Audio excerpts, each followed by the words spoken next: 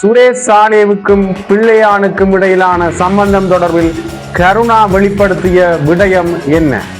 ராஜபக்சவினரால் சுரேஷ் சாலேக்கு ஆபத்தா கூறிய அரசாங்க தரப்பு.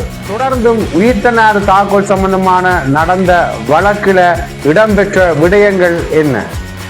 தொடர்ந்து பேசலாம். உயிர்த்தனார் தாக்குதல் விவகாரம் சுரேஷ் சாலேயினுடைய கைதுக்கு பிறகு மிகப்பெரிய அளவில் பேசு பொருளாகின்றது. அந்த அடிப்படையில அசாத் மௌலானாவினுடைய வாக்குமூலம் தான் இந்த இவ்வளவு விடயங்களும் அல்லது இந்த ஒரு விசாரணை போக்கு நகர்வதற்கு ஒரு காரணமாக அமைந்திருக்கின்றது. அசாத் மௌலானா அவர்கள் உயிர்த்தனார் தாக்குதல் பிள்ளையான் சுரேஷ் சாலே கோடபாய ராஜபக்ச அவர்கள் சம்பந்தப்பட்டிருக்கிறார் என்ற வாக்குமூலத்தை சேனல் பூ தொலைக்காட்சிக்கு கொடுத்த பிறகுதான் இந்த விடயங்கள் எல்லாம் இவ்வளவு மும்முரமாக நடக்கின்றன.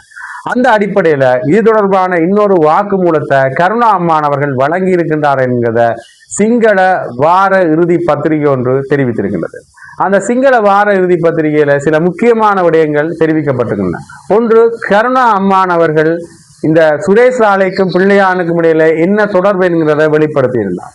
குறிப்பாக கருணா அம்மான் அவர்கள் வாக்குமூலம் கொடுக்கின்ற பொழுது உங்களுக்கு தெரியும், இந்த பிள்ளையான் தொடர்பாகவும் பிள்ளையான் கை செய்யப்பட்ட பிறகு அவர் தொடர்பாகவும் உயிர்த்தனார் தாக்குதல் சம்பந்தமான விடயங்கள் தொடர்பாகவும் வாக்குமூல படலம் ஒன்று நடந்து கொண்டிருக்கின்றது. ஒரு பகுதியாகத்தான் கருணா அம்மான் அவர்களும் இந்த வாக்குமூலத்தை அளித்திருக்கின்றார் என்று சிங்கள வார இறுதி பத்திரிகை தன்னுடைய கருத்தினை செய்தியாக தெரிவித்திருக்கின்றது. உண்மையிலேயே இந்த விடயங்கள் தொடர்பாக பார்க்கின்ற பொழுது ஒரு முக்கியமான ஒரு அடுத்த கட்ட நகர்வு ஒன்று இடம்பெற்றிருக்கின்றது என்று நான் சொல்ல வேண்டும். இந்த செய்தியின் அடிப்படையில் பார்க்கின்ற பொழுது பிள்ளையான் அவர்கள் கிழக்கு மாகாணத்தில் இருக்கின்ற பொழுது அவர் பிள்ளையான் தரப்பினருக்கு நிதி உதவியையும் தங்குமிட வசதிகளையும் சுரேஷ் சாலையினால் அறிமுகப்படுத்தப்பட்ட நபர்கள் தான் செய்தார்கள் என்கின்ற விடயத்தை கருணா அம்மான் அவர்கள் வெளிப்படுத்தி இருக்கின்றார் என்கின்ற தகவலையும் அந்த வார இறுதி பத்திரிகை சொல்லியிருக்கின்றது. இதை ஒரு வாக்கு மூலமாகவே சிஐடியினர் பதிவு செய்திருக்கின்றார்கள் என்கின்ற செய்தியும் அதில் பொறிக்கப்பட்டிருக்கின்றது. அது மட்டும் இல்லாமல் இன்னொரு முக்கியமான விடயம், அதாவது புலனறுவை வெளிகந்த பகுதியில் பிள்ளையான் அவர்கள் நடத்தி வந்ததாக கூறுகின்ற சித்திரவதை முகாம் சொந்தமான தகவல்களும் கிடைத்திருக்கின்றன. அதற்கான சாட்சியங்களும் சிஐடியிட்ட கிடைத்திருக்கின்றன.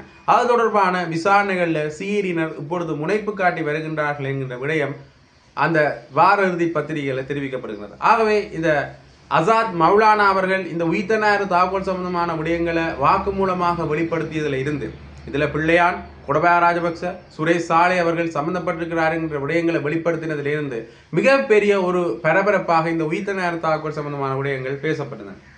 குறிப்பாக சர்வதேச அளவில் பேசப்பட்ட 200க்கும் மேற்பட்ட உயிர்களை காவு கொண்ட ஒரு தாக்குதல் தான் உயிர்த்தனார் தின தாக்குதல். அது சம்பந்தமான விடயங்கள் வலுப்பெற்றிருக்கிற இந்த சூழ்நிலையில் சுரேஷ் சாலையினுடைய கைது மிகப்பெரிய விடயமாக பார்க்கப்படுகிறது.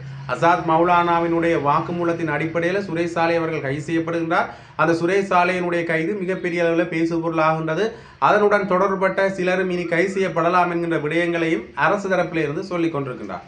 அது மட்டும் இல்லாமல் பிள்ளையான் சம்பந்தப்பட்ட விடயம் தொடர்பாக பேசுகின்ற பொழுது முன்னைய காலகட்டங்களில் பொதுமக்கள் பாதுகாப்பு அமைச்சர் ஆனந்த விஜயபாலவாக இருக்கட்டும், அது மட்டும் இல்லாமல் பிமல் ரத்நாயக்க போன்றவர்கள் பிள்ளையானுக்கும் உயிர்த்தனார் தாக்குதலுக்கும் சம்பந்தம் இருக்கின்றது என்கின்ற விடயங்களை தெரியப்படுத்தி கொண்டிருக்கின்றார்கள். அது தொடர்பான விசாரணைகள் ஆரம்பிக்கப்பட்டிருக்கின்ற விடயத்தை சொல்லியிருந்தார்கள்.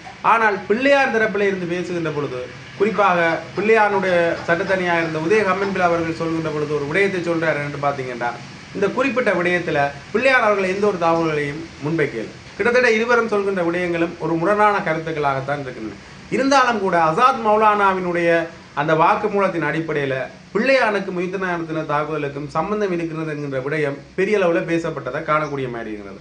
அதன் ஒரு பகுதியாகத்தான் இந்த சிங்கள வார இறுதி இதழ் வெளியிட்ட இந்த கருணா அம்மானுடைய கூற்றும் அல்லது வாக்குமூலம் என்று சொல்லப்படுகின்ற ஒரு விடயமும் இருக்கிறது. ஆகவே அடுத்த கட்ட நகர்வாக இது பார்க்கப்படுகின்றது. பெரிய அளவில் ஒரு பேசுபொருளான விடயமாகவும் இந்த கருணா அம்மான் கொடுத்த வாக்குமூலம் அல்லது அவர் சொன்ன விடயங்கள் பார்க்கப்படுகின்றது.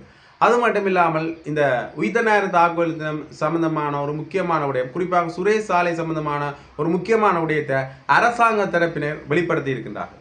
தேசிய மக்கள் சக்தியினுடைய நாடாளுமன்ற உறுப்பினர் ஜகத் மனுகர்ண அவர்கள் ஒரு முக்கியமான விடயத்தை வெளிப்படுத்தி இருக்கிறார். ராஜபக்ச மற்றும் விமல் வீரவன்ச குழாமினரால சுரேஷ் சாலை அவர்களுக்கு ஆபத்து நேரலாம், அதால சுரேஷ் சாலை அவர்கள் மிகவும் பாதுகாப்பாகத்தான் சிறைச்சாலையில் இருக்கின்றார். அது மட்டும் இல்லாமல் இந்த சுரேஷ் சாலை அவர்கள் இந்த ராஜபக்ச குழாமினர் சம்பந்தமான விடயங்களையோ அல்லது இந்த உயிர்த்தனார் தாக்குதல் சம்பந்தமான விடயங்களையோ வெளிப்படுத்தி விடுவார்கள் என்கின்ற அச்சம் ராஜபக்சக்களுக்கு இன்னுமே இருக்கின்றது. அதால தான் நான் கூறுகின்றேன், இந்த சுரேஷ் சாலையினுடைய விடயம் சம்பந்தமாக ஒரு ஆபத்து இருக்கின்றது ராஜபக்ச காலால் என்று. அதனால தான் அவர் இந்த சிறைச்சாலையில பாதுகாப்பாக இருக்கின்றார். உண்மையிலேயே ஒரு ராஜபோக வாழ்க்கையை தான் அவன் அனுபவிக்கின்றார். அவர் சிறைச்சாலையில் இருக்கிறத பார்க்க எனக்கே சிறைச்சாலைக்கு போகணும் போன்றது என்ற ஒரு ஆசைதான் வருகின்றது என்று இந்த தேசிய மக்கள் சக்தியினுடைய நாடாளுமன்ற உறுப்பினர் ஜெகத் மனுகர்னு தெரிவித்திருக்கின்றார். இந்த விடயம் தொடர்பாக அவர் பேசுகின்ற பொழுது இன்னொரு விடயத்தை தெரிவிக்கிறார் என்று பார்த்தீங்கன்னா, அவருக்கு மூக்கு மூலமாகத்தான் இந்த உணவுகள் வழங்கப்பட்டிருக்கின்றன என்ற விடயம் பேசப்பட்டது. இப்பொழுது அவருக்கு வாய் மூலமாக உணவுகள் வழங்கப்படுகின்றன. அவருடைய கலன்ற ஒரு பல் கூட பொருத்தப்பட்டிருக்கிறது என்கிற விடயத்தை அவர் தெரிவித்திருக்கிறார். ஆகவே ஒரு ராஜபோக வாழ்க்கை வாழ்கின்ற ஒரு நபராகத்தான் சுரேஷ் சாலை இருக்கின்றார். இவர் இந்த விடயத்தை பொது வழிகளில் ஊடகங்களில் வெளிப்படுத்தி இருக்கின்றார். இது பெரிய அளவில் விமர்சனமாகின்றது. என்னென்னு பார்த்தீங்கன்னா, ஒரு குற்றம் சாட்டப்பட்ட ஒருவர் ஒரு ராஜபோக வாழ்க்கை வாழ்கின்ற அளவுக்கு சிறைச்சாலை இருக்கின்றதா என்கிற ஒரு கேள்வி மக்கள் மத்தியில் தொடர்ந்து எழுந்திருக்கின்றது. அது மட்டும் இல்லாமல் இன்னொரு முக்கியமான விடயம், சுரேஷ் சாலை அவர்கள் பெரிதளவில் சித்திரவதைக்கு உள்ளாக்கப்பட்டிருந்தார்.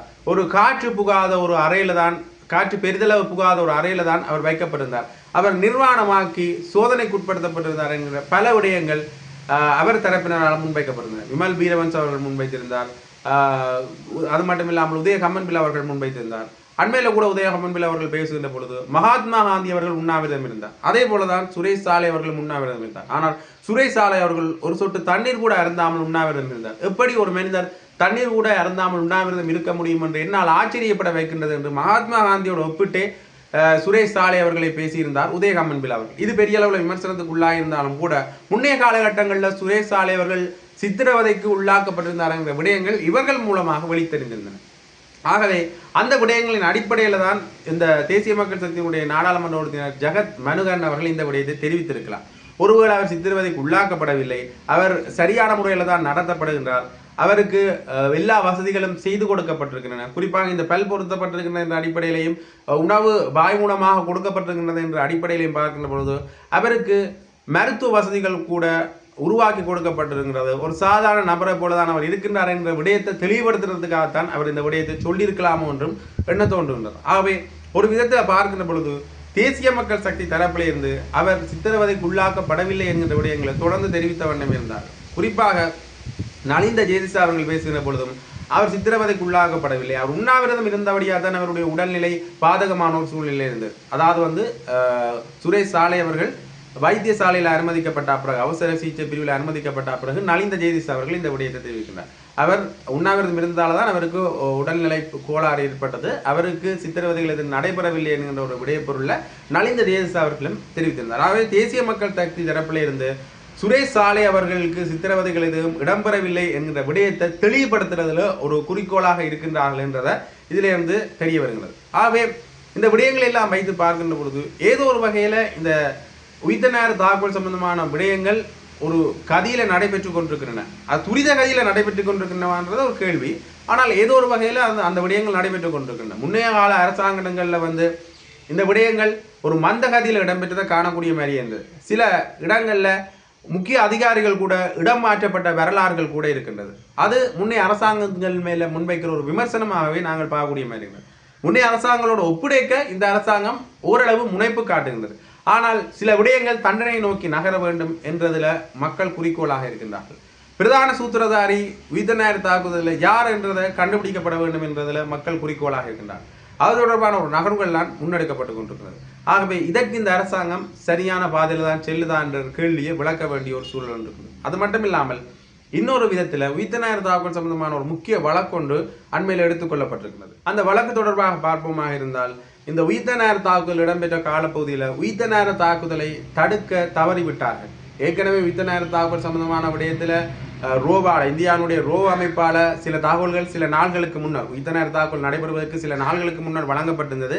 அது மட்டும் இல்லாமல் உயிர்த்த நேர தாக்குதல் நடைபெறுவதற்கு சில மணித்தியாலங்களுக்கு முன்னர் கூட இந்த விடயங்கள் குறிப்பிடப்பட்டிருந்தது, ஒரு எச்சரிக்கையாக குறிப்பிடப்பட்டிருந்தது. ஆனால் அந்த காலத்தில் இயங்கின அரசாங்கமோ அரசு அதிகாரிகளோ இதை கண்டுகொள்ளவில்லை என்கிற விமர்சனம் தொடர்ந்து முன்வைக்கப்படுகின்றது. அந்த அடிப்படையில் தான் பூஜித ஜெயசுந்தர் அப்போதைய காவல்துறை அதிபராக இருந்தவர், நிலந்த ஜெயவர்த்தன அப்போதைய அரசு புலனாய்வு பிரிவில் இருந்தவர், இவர்கள் இருவர் மேலேயும் ஒரு குற்றச்சாட்டு ஒன்று முன்வைக்கப்பட்டு இவர்கள் கைது செய்யப்பட்டிருந்தார். உண்மையிலேயே இந்த உயிர்த்த தாக்குதலை நிறுத்தி இருக்கலாம், அது தொடர்பான தகவல் வந்து அதை சரிவர கையாண்டிருக்கலாம் என்கின்ற விடயங்கள் இருந்தாலும் கூட இவர்கள் அதை செய்யவில்லை என்றுதான் இவர்கள் மேலே முன்வைக்கப்பட்ட ஒரு குற்றச்சாட்டு. இந்த குற்றச்சாட்டை முன்வைத்து இவர்கள் மேலே ஒரு நஷ்டஈடு வழக்கு ஒன்றையும் போட்டிருந்தார்கள். யார் இந்த வழக்கை பதிவு செய்திருந்தார்கள் என்று பார்த்தீங்கன்றால், நீர்கொழும்பு கட்டுவாப்புட்டிய புனித செபஸ்டியார் தேவாலயத்தினுடைய பங்கு தந்தை மற்றும் அந்த மக்கள் தான் இந்த வழக்கை போட்டிருந்தார். ஏனென்று பார்த்தீங்கன்னா, ஒரு பெரிய அளவிலான ஒரு உயிர் சேதம் ஒன்று உயிர்த்த தாக்குதல் இடம்பெற்றது. 200க்கும் மேற்பட்ட மக்கள் கொல்லப்பட்டிருந்தார்கள். அதிலேயும் குறிப்பாக இந்த நீர்கொழும்பு கட்டுவாப்புட்டிய புனித செபஸ்டியார் தேவாலயத்தில் இருக்கிறதுலேயே அதிகளவான மக்கள் கொல்லப்பட்டிருந்தார்கள். 100க்கும் மேற்பட்ட மக்கள் கொல்லப்பட்டிருந்தார். ஆகவே அந்த மக்கள் ஒரு நஷ்டஈட்ட கோரி ஒரு கோரிக்கை ஒன்றை முன்வைத்திருந்தார்கள். அது தொடர்பான ஒரு விடயத்தை இந்த குற்றம் சாட்டப்பட்ட தரப்பினர் முன்வைத்திருந்தார். அதுவும் குறிப்பாக இந்த விடயத்தில் ஆரம்ப கட்ட விசாரணைகளிலேயே இந்த வழக்கை தள்ளுபடி செய்யணும் என்கிற விடயத்தை சொல்லியிருந்தாங்க. இருந்தாலும் நீதவான் இதை முழுமையாக மறுத்து, முழுமையான இந்த விசாரணைகள் நடைபெற்ற பிறகுதான் இந்த விடயங்கள் தொடர்பாக பேச முடியும் என்கின்ற ஒரு விடயத்தையும் குறிப்பிட்டிருந்தார். ஆகவே இந்த உத்தரவும் அந்த நேற்றைய தினம் பிறப்பிக்கப்பட்டிருந்தது. ஆகவே ஒரு பெரிய பேசுபொருளாக இருக்கின்ற உயிர்த்த தாக்குதல் சம்பந்தமான வழக்குகள் மற்றும் அது சம்பந்தமான செய்திகளைத்தான் இன்றைய தினம் பார்த்திருந்தோம்.